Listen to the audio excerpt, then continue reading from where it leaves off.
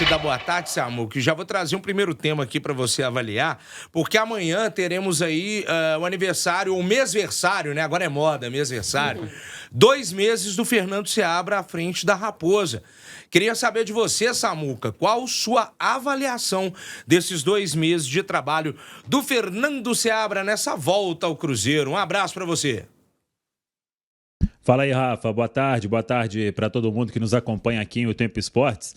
Eu acho que é uma avaliação positiva. Eu confesso que eu gosto do trabalho do Fernando Seabra. A gente vê o time bem treinado do Cruzeiro e penso que às vezes tem uma cobrança maior por parte do torcedor. Eu acho que o Fernando Seabra ele pode ser cobrado mesmo quando o Cruzeiro tiver os reforços, tiver mais qualidade técnica, e eu acho que com isso ele vai entregar mais, um melhor desempenho, entregar mais resultado. O Cruzeiro tem em 6 partidas, né? 18 pontos, o Cruzeiro ganhou 10, né? O Cruzeiro está à frente aí de outros times que investiram mais, tem jogo a menos, que é contra o Internacional. Claro que a gente trabalha com aquela possibilidade do mas se ganha, o Cruzeiro está no G4, com o número sendo igualado, né, nos jogos aí com as outras equipes que estão acima. Então, eu acho que o trabalho é bom, e aí já não é opinião, é informação. Ele está sendo muito bem avaliado internamente. O Cruzeiro teve a mudança, né, do Pedro Lourenço, com a chegada do Alexandre Matos como CEO do futebol. Então, num primeiro momento ali, você pensa, talvez eles possam pensar em um técnico, dar confiança, mas desde o início eles falaram sobre avaliar o trabalho do Fernando Seabra. E a informação é que o trabalho tem uma boa avaliação, os métodos de treinos do Fernando Seabra são elogiados e o time vem jogando, acho que entregando talvez até mais, né, do que a expectativa ela mostrava. Agora tem uma sequência importantíssima até a abertura da janela, mas eu confesso que, tirando uma coisa ou outra, acho que o Fernando Seabra ele pode abrir mão de algumas convicções, às vezes dar muitas chances para uns e poucas para outros. Por exemplo, alguns garotos aí eu acho que merecem mais oportunidade, até para a gente ver, porque alguns que estão jogando a gente já sabe o que eles podem entregar, mas tirando isso aí, eu acho que na somatória geral, o trabalho do Fernando Seabra é bem feito no Cruzeiro. Lélio Gustavo, quero sua opinião. Tá gostando do trabalho do Fernando Seabra? Eu também, eu gosto, eu acho que o Samuel definiu bem, principalmente porque a gente vê o time do Cruzeiro sendo em campo muito bem treinado. É um time competitivo, como a gente já tinha visto na reta final do ano passado, e aí sim, quando tiver com os reforços, aí a gente vai poder fazer uma avaliação melhor. Mas tem torcedor que pega muito no pé do Fernando Seabra justamente pelas escolhas dele. Por exemplo, há uma corrente muito forte hoje para que o Lucas Silva não seja mais o titular. Mas, por outro lado, o Fernando Seabra, ele conseguiu colocar o Barreal para jogar e está jogando bem. E cria situações de jogo muito interessantes, como, por exemplo, ele passou o Arthur Gomes para o lado direito e funcionou muito bem com o William naquele jogo contra a La Calera. Aí você vai falar contra a La Calera, mas tinha vezes que não funcionava contra um outro time pior. Então, isso é mérito do treinador. Contra o São Paulo no Morumbi, ele fez uma dobradinha pela esquerda justamente com o Barreal e com o Verón, e que deu muito resultado. Cruzeiro que foi, naquele caso, incompetente nas finalizações, poderia ter saído com um resultado melhor, e a campanha é muito boa até aqui. Então, não há o que questionar sobre o trabalho do Fernando Seabra, sem dúvida alguma. Ô Xará, você falou no início aqui da abertura do Cruzeiro, do tema do Cruzeiro aqui, o Tempo Esporte, sobre o 7º jogo, né? E aí fica o questionamento do torcedor com relação ao Matheus Pereira, né? Assim como o Cruzeiro, ele que participou de todos os jogos do Brasileirão, fez 6 jogos. Se fizer o 7º, não pode atuar mais por alguma equipe brasileira, né? Então, fica a expectativa com relação a essa demora, essa quase novela, vamos dizer, uma novela já, que envolve a questão do contrato do Matheus Matheus se encerra agora no final do mês, e aí se vai ficar mesmo em definitivo do Cruzeiro, se vai assinar dentro daquilo que a gente já apurou e que a gente já trouxe aqui o Tempo Esportes. Tá tudo ok, tá tudo certo, só falta mesmo a assinatura do Matheus Pereira. Chegou dentro daquilo que ele imaginava e tinha pedido, o staff dele também. Então a gente fica no aguardo também com relação ao 7º jogo. Se fizer o 7º jogo, que vai ser exatamente contra o Cuiabá, Matheus Pereira não pode jogar mais por alguma equipe brasileira. Isso quer dizer que ele não vai sair do Cruzeiro? Não. Quer dizer que ele não vai jogar por outra equipe brasileira. Tem ainda o mercado fora do país, né? Então pode acontecer alguma coisa para ele também. Mas, enfim, a gente acredita que pelo menos nessa semana, né, Samuca, a gente deve ter pelo menos uma parte, se não há definição exatamente do que pode ter acontecido, se é que aconteceu alguma coisa mesmo, pelo menos uma ideia do que será o futuro do Matheus Pereira a gente pode ter já, né, Samuca? Exato. Eu, com sinceridade, não vejo por que o Matheus não continuar no Cruzeiro, né? Claro que é uma negociação muito importante. Pelos números, com certeza vai ser a maior da história do Cruzeiro. Então, isso não é também assim um papel de padaria, você vai lá e assina e pronto, e acabou, né? Tem um monte de cláusula, é um contrato que envolve Cruzeiro e Al Hilal, Cruzeiro e Matheus Pereira, com um novo salário, com um novo tempo de contrato. Então, tudo isso é importante. Mas, claro, numa conversa ou em algumas conversas, em algumas reuniões, nem sempre vai ser só sorriso, né? Uma parte aqui às vezes alega isso, a outra alega aquilo, e aí a turma vai embora para se reunir outro dia, mas é fato, ele estava para assinar esse contrato na semana passada, não assinou. Claro que apareceu uma coisa ou outra que um mini problema, vamos dizer assim, que foi superado.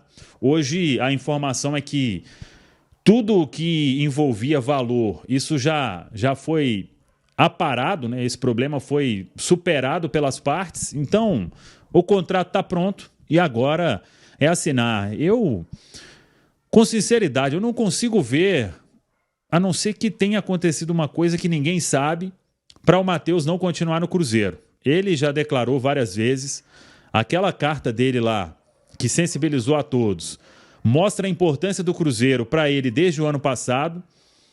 Então, não acho que ele vai ficar fora do jogo de quinta.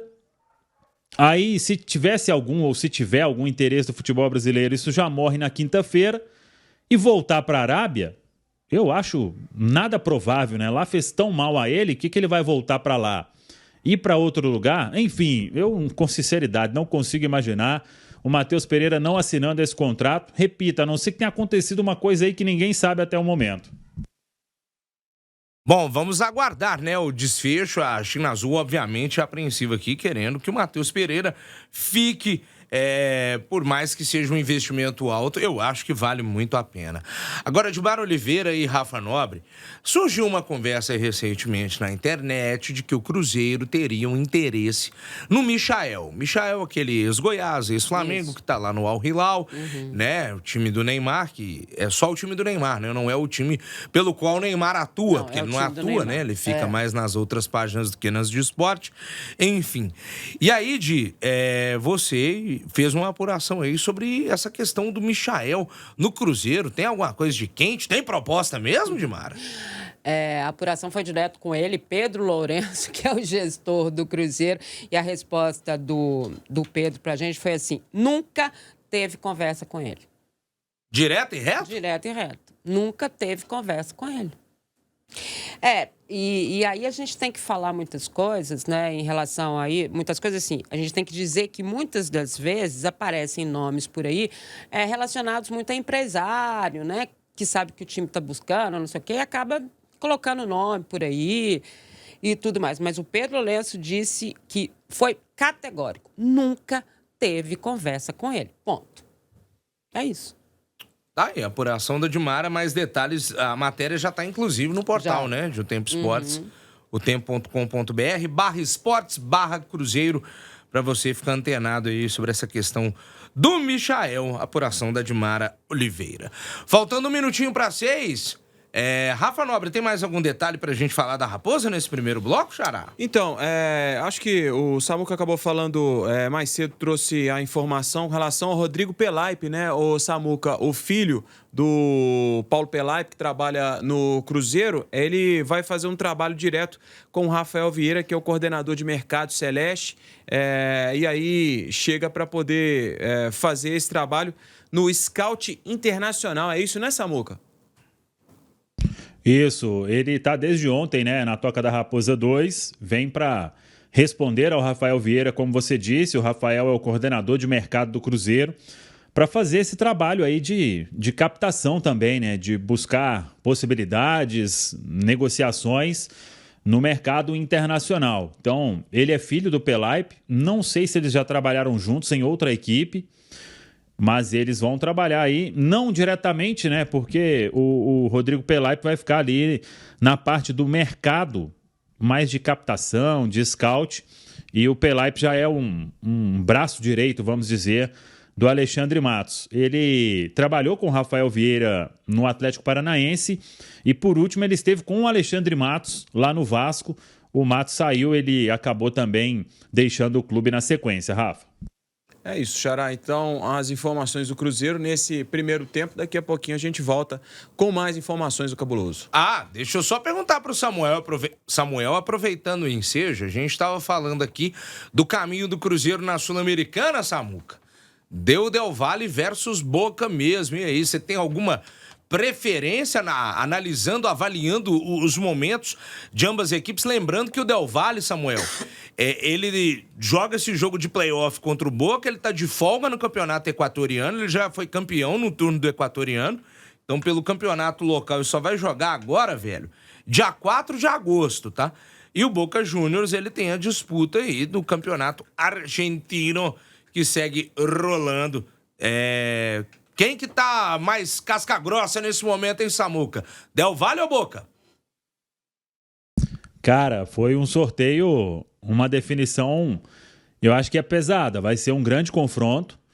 Quem passar deste confronto, eu acho que se torna o favorito para chegar na decisão da Copa Sul-Americana. Agora, tem dois fatores, né? Eu acho difícil, inclusive, o Del Valle, só se ele perder muito jogador, né? Por exemplo, Lautaro Dias, atacante, o Cruzeiro tá de olho. Se ele negociar mais gente, não sei como vai chegar nesse playoff. Agora, se ele mantiver a base e enfrentar esse mesmo Boca que está jogando aí, eu acho que o Del Valle passa. E tanto o Del Valle quanto o Boca, qualquer um que passar vai ser uma pedreira pro Cruzeiro. O Del Valle tem mais time, tecnicamente falando, e o Boca aí vem toda uma tradição, né? Por mais que não é aquele Boca, tava decidindo aí a Copa Libertadores aos trancos e barrancos, mas estava, né? Então, tem fator La Bombonera, arbitragem e etc. Eu acho que vai ser qualquer um que vier, Cruzeiro vai ter que jogar muita bola, viu, Rafa? A sorte, como disse o Lélio mais cedo, viu, Samuel, é que o Amari já não apita mais jogo. Senão, era boca na cabeça. Porque ali, você sabe, né? Coisas escusas aconteciam ali, né? Isso aí foi o próprio jogador do Boca que disse que o juizão ajudava o Boca Juniors. Não foi, Lélio? Foi, falou com todo. Eu só esqueci o nome dele. Mas ele falou mesmo, que o Amarília... Carlos Amarília, né? Amarília. Esse aí era amigão do Boca. É isso aí. Samuca, a gente volta a conversar durante essa semana aqui no Tempo Esportes. Beleza, meu velho? Um abraço. Valeu, um abraço aí pra todo mundo e tamo junto.